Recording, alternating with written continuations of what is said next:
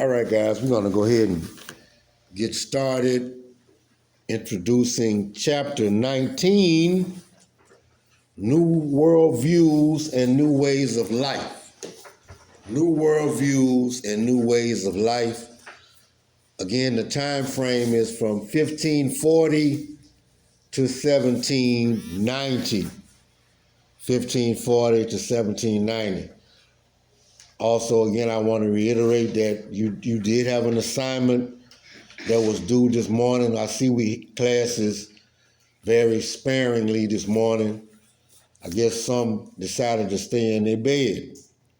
And that's all right also, because we know that life is a series of choices, and every choice has a what, Mr. Grace?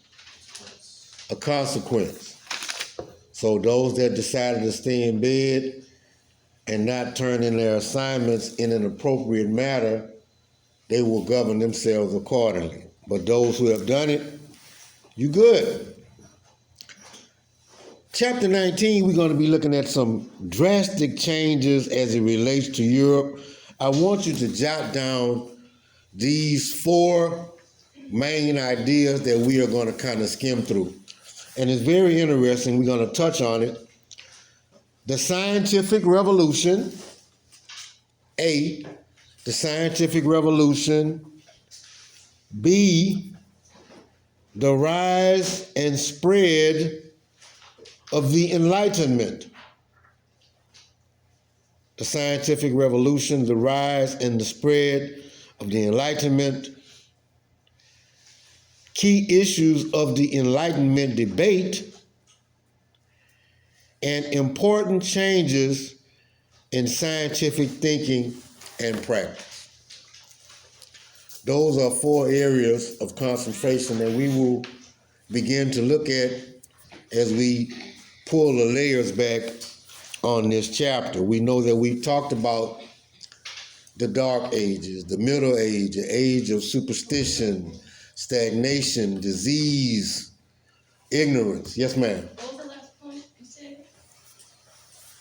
Important changes in scientific thinking and practice?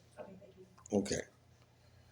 So we looked at the Dark Ages. We looked at the Middle Ages. We know about the Europeans' role in the acceleration of global contact and how they were the low man on the totem pole as it relates to goods and services on a world scale. Due to what reason, Layla? Why was the European the low man on the totem pole in the age of acceleration and global contact, the Afro-Eurasian global market? Somebody help Layla out. Ashton.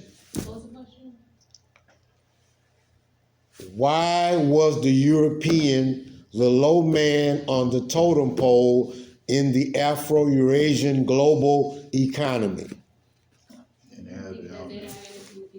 Speak up a little bit. They didn't have anything that people wanted. They were slacking or lacking in goods and services due to what reason, Bakar? They didn't have natural resources. They did not have the natural resources. So now we've looked at that.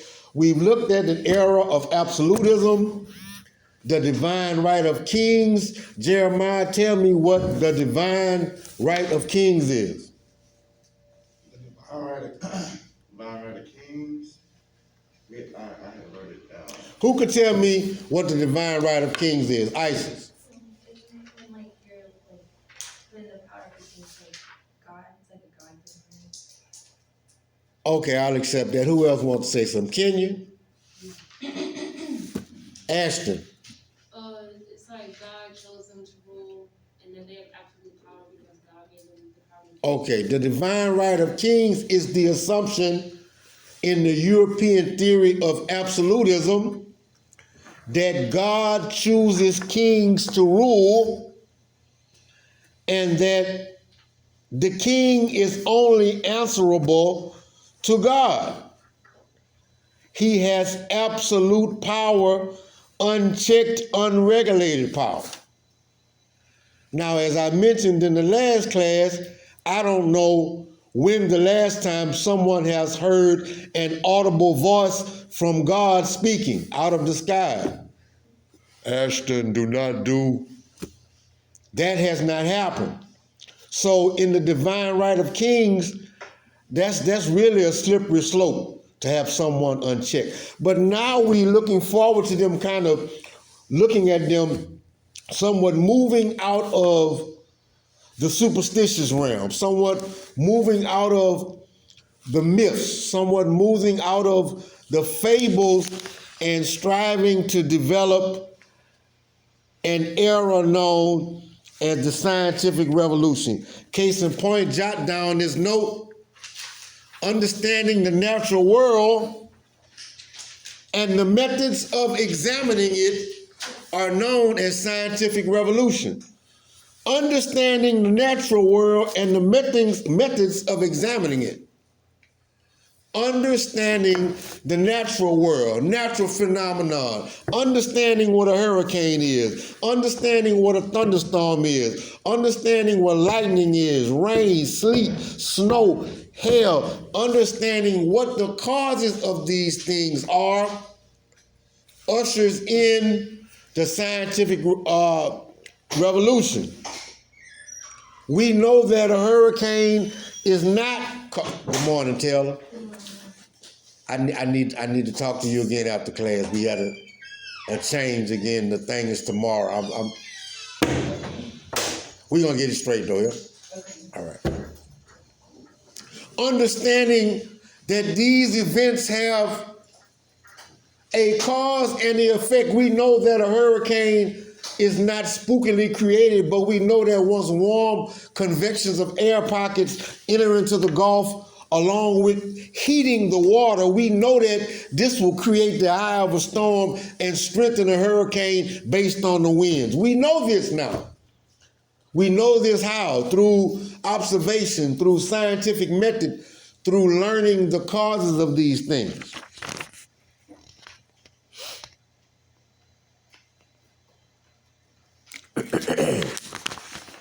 Scientific revolution. In addition to scientific revolution, in the 18th century, self-proclaimed members of the Enlightenment movement, write that phrase down, that is important. You have the scientific revolution and you have the Enlightenment movement. Yes, sir, you're late. Good morning, please sign and roll. The scientific revolution and the Enlightenment movement, which the Enlightenment movement asserts that bringing scientific data to human affairs. The Enlightenment movement bringing scientific methodology unto human affairs, saying that the human life can be bettered through observing nature, through observing the natural order of things, that mankind is a part of nature, that mankind is a fixture in nature, and we can learn about ourselves through the observation thereof. In the Middle Ages and in the Renaissance period, Europeans established such knowledge between the 15th and the 17th century, and it became known as the scientific revolution. These developments urged on as people studied the natural world and sought fundamental questions about how the universe operated. Let's stop right there. People began to move away from superstition, myth, and fable, and sought tangible, real answers about how the universe operates. Is it just happenstance? Is the universe just something that is operating haphazardly? They begin to seek reasons. Why does the sun shine? What is the moon? The stars. Why do we have seasons? What causes a hurricane? What is thunder? What is lightning? Why are these natural phenomena occurring? Again, you can go back to the last chapter and reflect on the idea of the humanist. Ashton, what is a humanist? A person who believes in the harmony of something, but and then they rely on like individual thinking and thinking for yourself and not questioning everything. Something like that. You in the ballpark. Somebody help her out. Tell her, Isaiah, what is a humanist? Now, what you shaking your head? What that mean? Tell her, what is a humanist? Like caring about people. What did humanists believe in? When you had the Catholic Church and we talked about a new shoot off of people development calling themselves humanists, and then you had Christian humanists asking. It was like you have the will to shape the world, or the will to do something.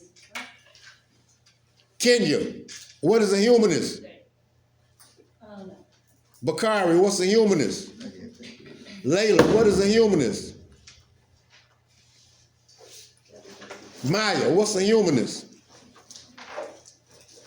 Yes, ma'am. It says individuals who study these concepts of human nature. Is man good or evil? Is that what I'm talking about? I'll accept that.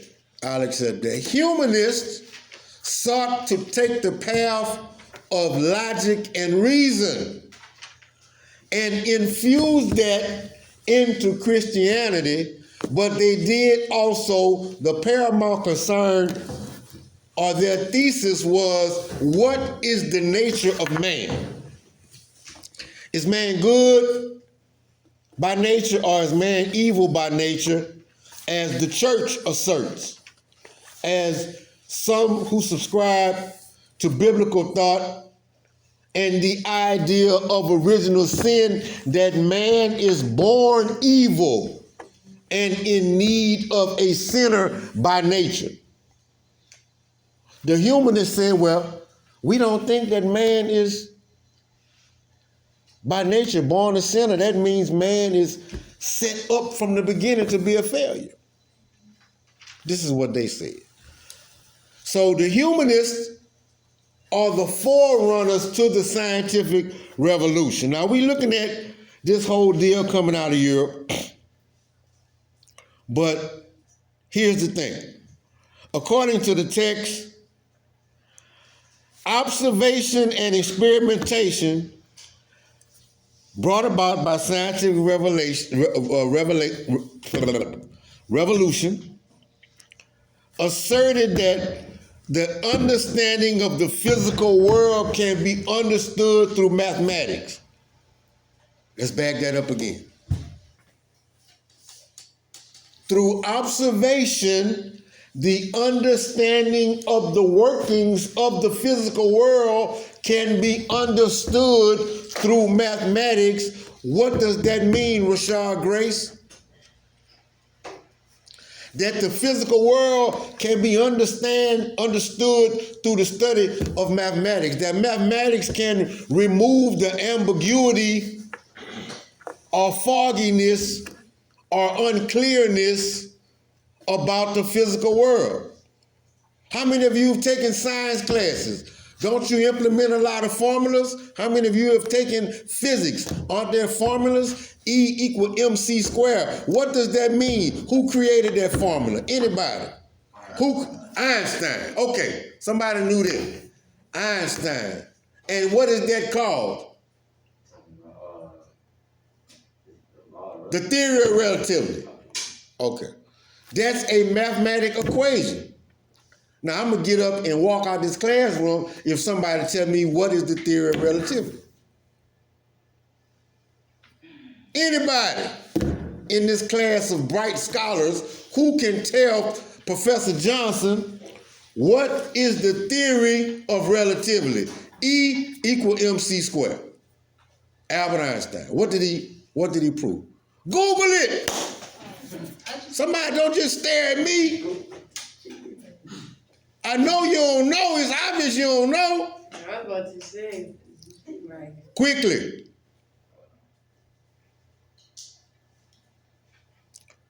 Oh my goodness.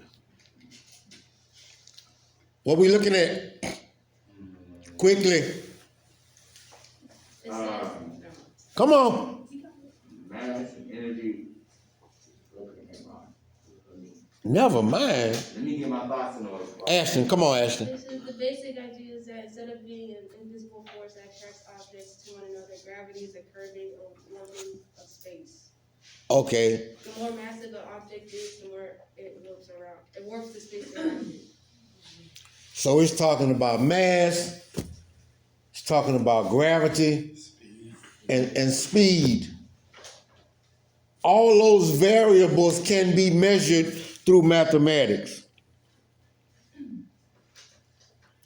And these somewhat became the laws of physics, these governing laws of physics.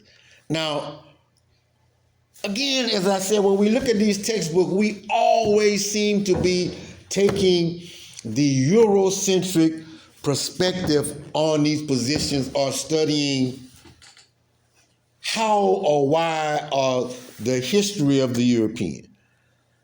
This section of the book at the top, it says, why Europe?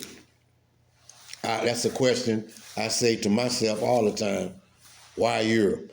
And anyway, we will continue to follow suit. Now, in the 15th century, Islam, the Muslim religion, began to expand into the Byzantine Empire. Who knows what the Byzantine Empire is? Anybody? We don't know. I don't have anybody that's on their toes today. I knew that it was taken over by the Ottoman Empire. It was taken over by the Ottoman Empire, but what region is the Byzantine Empire? ISIS. Don't let me down, ISIS. I know, I'm sorry. Middle East. Pull your mask down, ISIS. Let me see your face. Don't let me down. What is it? I'm gonna do better next time. Destiny. Caitlin. The Byzantine Empire is Eastern Europe. The Byzantine Empire, come on. The Byzantine Empire is Eastern Europe. So, first of all, let me back up. In the year 711 is the year, oh, thank heaven for 711. Write that little catchphrase down. Oh, thank heaven for 711. Ladies and gentlemen, this is the time period when our ancestors crossed over the Iberian Peninsula and went into Iberia or Spain. The former name of Spain is Iberia. And the Moors went in and helped assist Spain from the Dark Ages with over a 1,000-year period of dwelling amongst them. Help usher them out of the Dark Ages. And let me tell you how. Muslim scholars inherited Greek learning, but Greek learning itself borrowed from older cultures such as Egypt and Babylonia. Interactions of people across the vast Muslim world, just listen, across the vast Muslim world, facilitated by religious tolerance and the commonly scholarly language of Arabic, was highly favorable for learning. So this is saying that religious tolerance, interactions with the Muslims, interaction with those who were speakers of Arabic, and the Muslims, those who were believers in Islam, really had inherited a lot of Greek thought. But with the advent the Muslim brought forth algebra. Write that down. Muslim scholars help facilitate algebra and the concept of algorithms.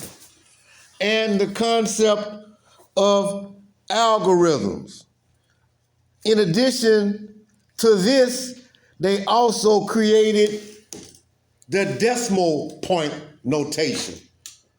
So coming out of Islamic thoughts, you have algebra and a way to validate or reject a theory other than just a myth, other than just a fallacy.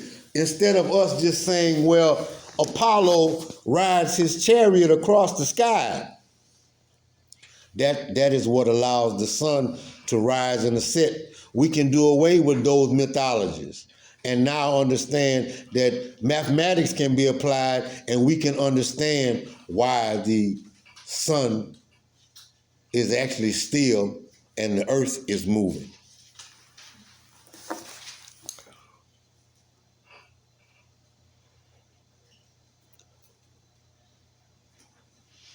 The Roman Empire fell in the 5th century. Make note of this. This is important because when the Roman Empire fell, this event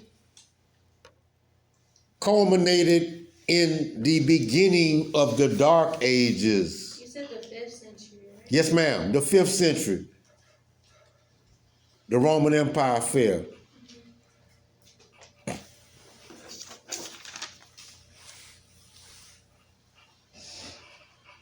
Claude, what is an empire? Where Claude at? What's an empire, Claude? Come on, let's get it. What's an empire? Who can tell me what an empire is? Like a kingdom? College students? What you say? I said like a kingdom? An empire is a kingdom. An empire is a consolidation due through colonial expansions of other powers with the parent country. We keep talking about that. Empires and colonies, all that go together. So England is an empire. Germany was an empire. The Roman Empire. Spain was an empire. France was an empire. If you have control of other lands outside of where you live, and you typically have a monarch, you are an empire. You need to drill it into your head.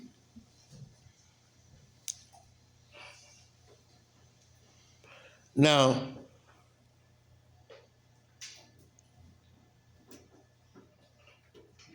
in the 12th century, many Greek and Roman texts were translated into Latin.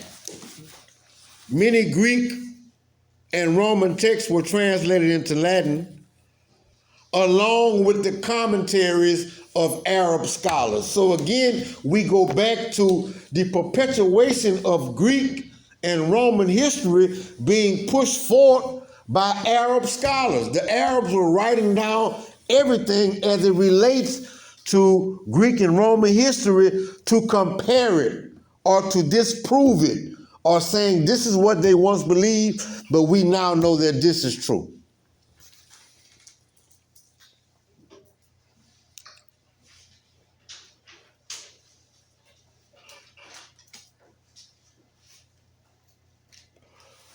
Going back to the last chapter, I'm going to ask Isis. Isis, what does Renaissance mean? This is the thing, kind of like it's how we have like different, like different cultures and stuff. I'm afraid not, sweetheart. Yes, sir, Mr. Ellie. Rebirth. Renaissance is a French word that means rebirth. What were they being reborn from? Yes, say it. Darkness. Yes. Know what you know, man. Know what you know. Now, here's the thing. Write down this phrase. Scientific Thought to 1550. Scientific Thought through 1550. This is one of the earliest